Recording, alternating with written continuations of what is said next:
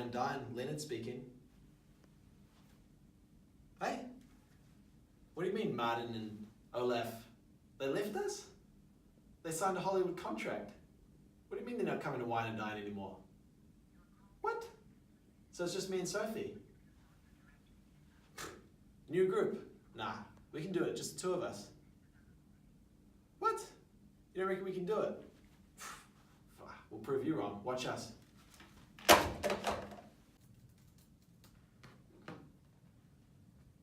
Hey, Leonard. What? They left us? Hey, well... Welcome to Whine and Dine with me. And me.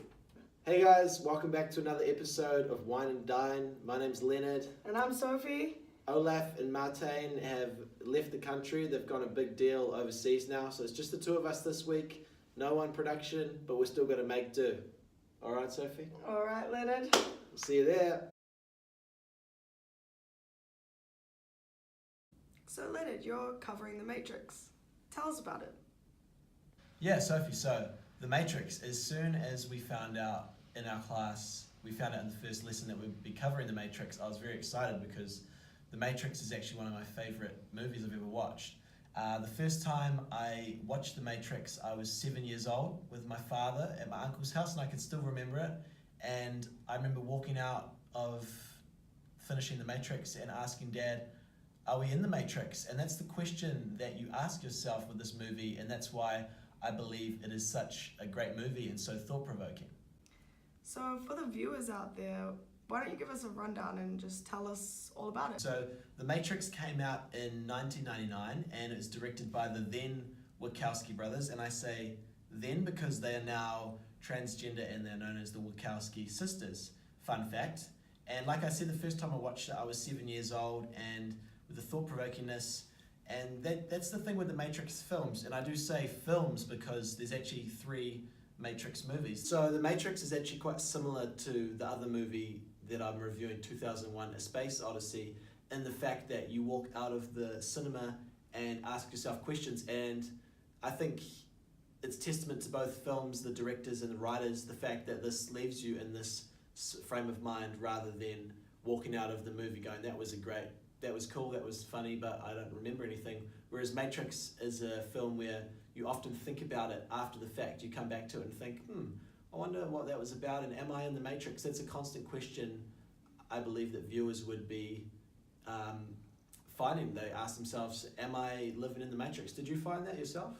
Yeah, well, I mean, like, it is sort of, it kind of just blurs your perception of reality a little bit and makes you think, hold on, that could totally be possible. Yeah, it is interesting in that sense, and I'll get to the plot because the viewers out there, I'm sure, want to know the plot.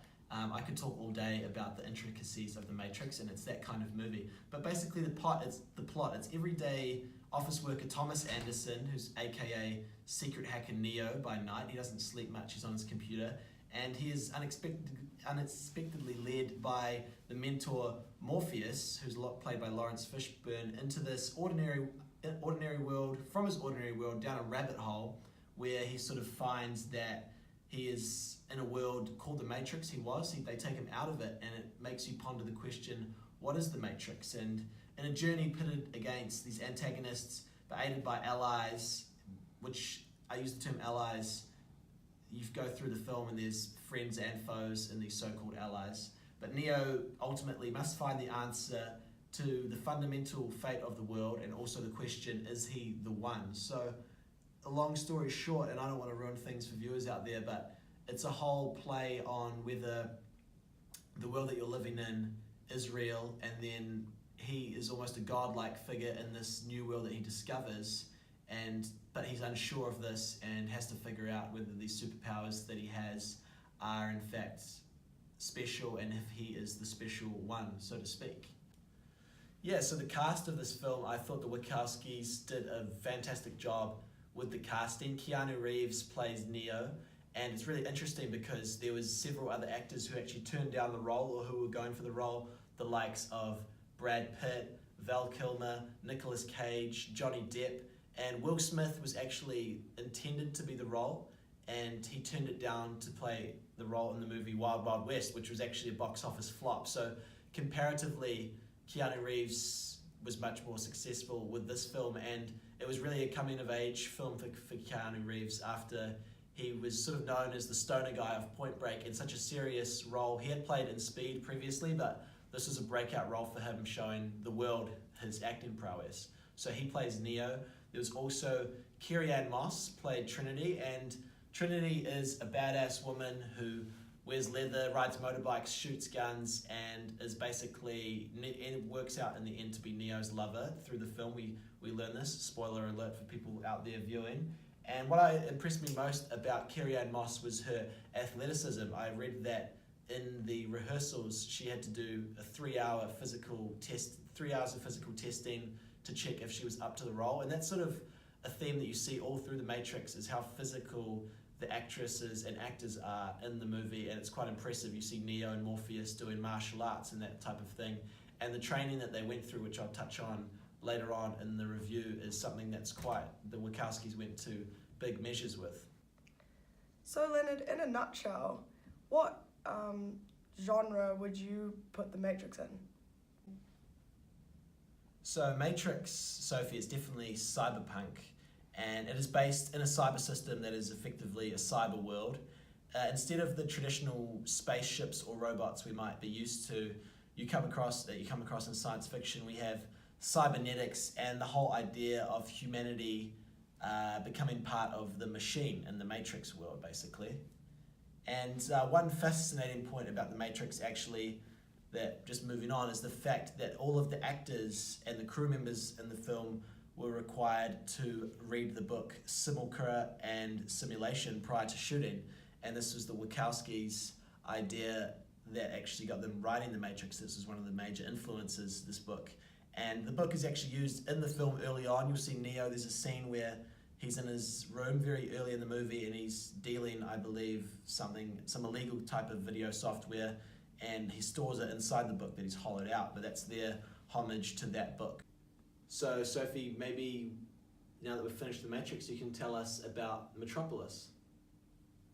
Okay, so Metropolis is a German expressionist film. It was directed by Fritz Lang in 1927, so it's practically ancient. It's a really old movie.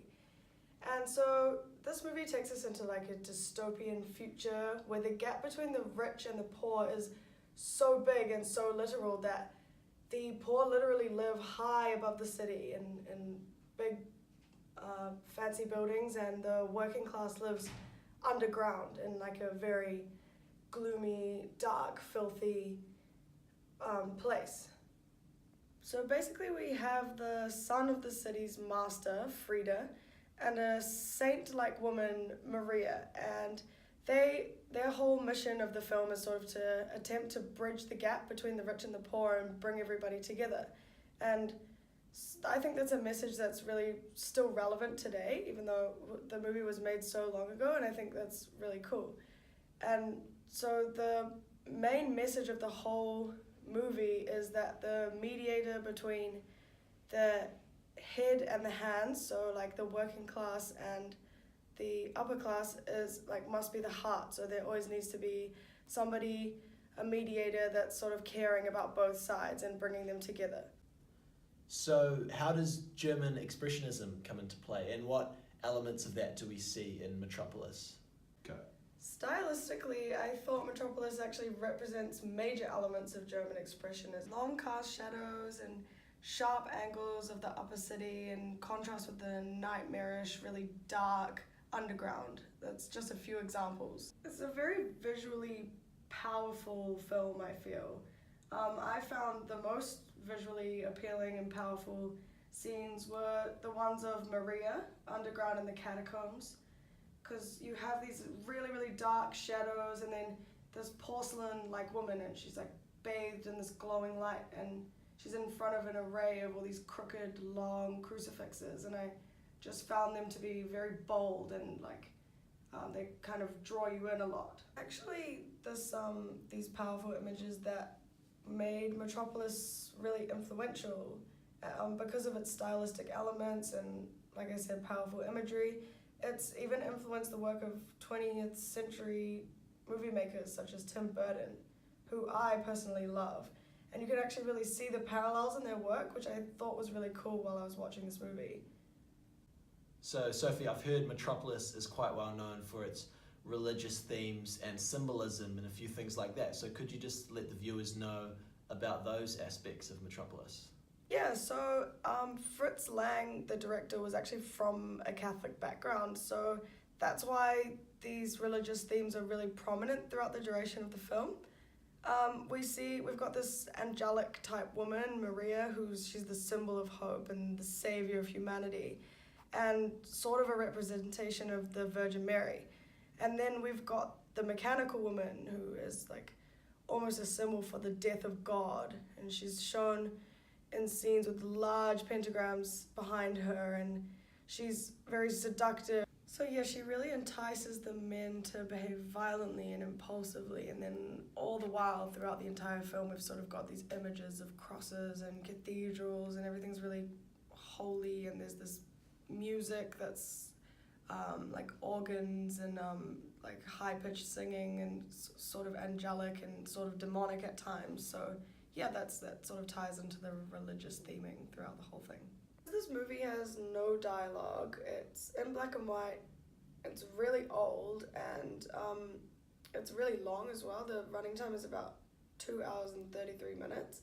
I think a lot of viewers my age would find it quite hard to stay focused. I mean, you sort of feel like it drags out quite a bit, and it's quite hard to stay focused, but you've got to keep in mind that it was made in the 20s, and even though we're particularly used to like a fast-paced cinema, I really appreciated the movie for what it was for the time. All right, Sophie, so we're moving along. The next movie, which I've already previously alluded to, was 2001: A Space Odyssey, that was released on the 2nd of April 1968, directed by the late Stanley Kubrick. Now, Kubrick was an American film director, screenwriter, and producer, and he is frequently cited as one of the greatest and most influential directors in cinematic history. His films, which are mostly adaptations of novels or short stories, cover a wide range of genres and are generally noted for their realism, their dark humor, and unique cinematography, extensive set designs, and also evocative use of music. And the first thing that struck out for me with 2001: A Space Odyssey was the visual. During our film club course, the first films we'd watched were Metropolis, 8½, and Alphaville, and these are all black and white, grainy, rough. Some of them didn't have sound to them, so coming into 2001: A Space Odyssey, that was the cinematic presence of it was amazing. It was in color, and honestly, for its time, if you were watching this in 1968, I can't imagine how breathtaking it would have been, because I was quite impressed by it. Even though it's 2018, it's literally 50 years since the movie has launched. So Kubrick, in my mind, he used cinematography to make this film what it is. We see very long scenes with the camera, long, slow scenes, very little dialogue between characters, slow moving. The music is also a huge part of this movie, more so than the dialogue, I would have to say. And this movie was designed to be consumed on the big screen, so it was a real pleasure to be able to watch it in the widescreen format rather than on a little laptop like most films are made today, because the way Kubrick had filmed it was to be seen in cinema. As a millennial watching this film, I would have to say the pace of it was something that I found tough to deal with. So, you know, it was quite, having been brought up on a diet of fast-paced, quick-cut films, the long, extended, slow-moving shots really made it quite hard for me to stay engaged with it. And I think that's taking nothing away from Stanley Kubrick. It's more a blight on society in 2018, I would say. So the remarkable stillness of the direction of the film and the actors, mechanists' performances, they're almost less human than Hell in a way, which is interesting. They act in a way which is quite robotic and without much emotion, and Hell, funnily enough, the machine actually seems to be the one with the most personality. And 2001: A Space Odyssey was ahead of its time in this regard, as these days computers and technology and the like are now very much prominent in our day-to-day life, obviously more so than they were 50 years ago. And I mean, that's slightly getting away from the topic. That's a big wormhole you could go down with technology and the like. But the question is, what is Stanley Kubrick trying to say about us humans? I do believe that this is a film that you walk out of, like The Matrix, and say, wow, what did I just watch? And you sort of think a little bit about what that was. I was certainly thinking on my bus ride home, what was that movie about, and why? What was Kubrick trying to get at there?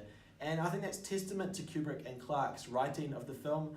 The film not only stands the test of time, but interestingly enough, as time goes on, the theme of the computer taking control, like Hal does, and having a mind of its own actually becomes more and more realistic. So that is my biggest takeaway from 2001: A Space Odyssey. So now I'm going to be talking about The Handmaid's Tale. The Handmaid's Tale was quite a big difference in contrast to the usual sort of old school films that we've been watching in class, and I'm sure you can agree. It was just all of a sudden we're watching this. Well, first of all, it's a television series, and it's only premiered last year, so it's a very new piece of cinematography. I actually attempted to watch this series when it first premiered last year, and I can tell you that sitting at home by myself, watching this really brilliant but also really, really intense piece of cinematography, I kind of got overwhelmed, and I ended up not being able to finish it. That's interesting. Like, what, I guess, made it so intense? And could you just explain to viewers what The Handmaid's Tale is all about? So the story is set in the near future, where fertility rates have almost completely collapsed because of STDs and environmental pollution.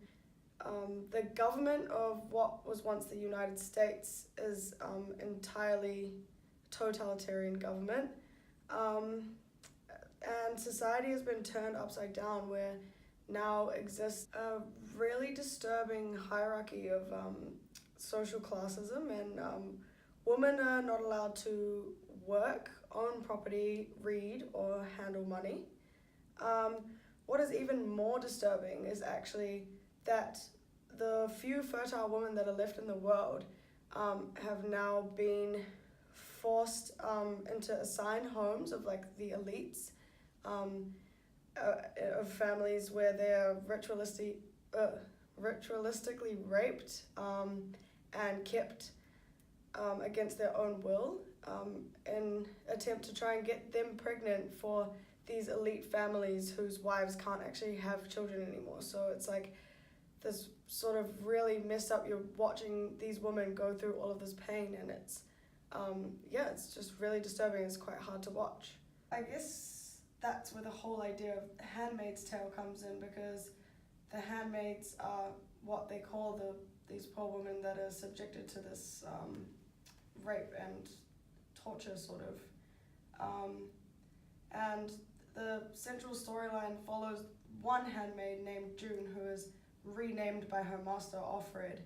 And it sort of just follows the perils that she has to try and overcome in this new dystopia, and trying to just like deal with it, because it's really hard for her, as it would be. Yeah. I just think as a whole, The Handmaid's Tale made me personally extremely uncomfortable. And it's not just because of the themes of domestic slavery and forced sex, but due to the fact that all of these central characters that are experiencing this are actually white. And for a lot of different races, this has been their reality, and they've gone through this. Their women have gone through this throughout the test of time, you know, like. So a lot of feminist critics actually have said that The Handmaid's Tale is like a white woman's dystopia. And so, you know, I can sort of see why. But yeah, as a whole, not for me.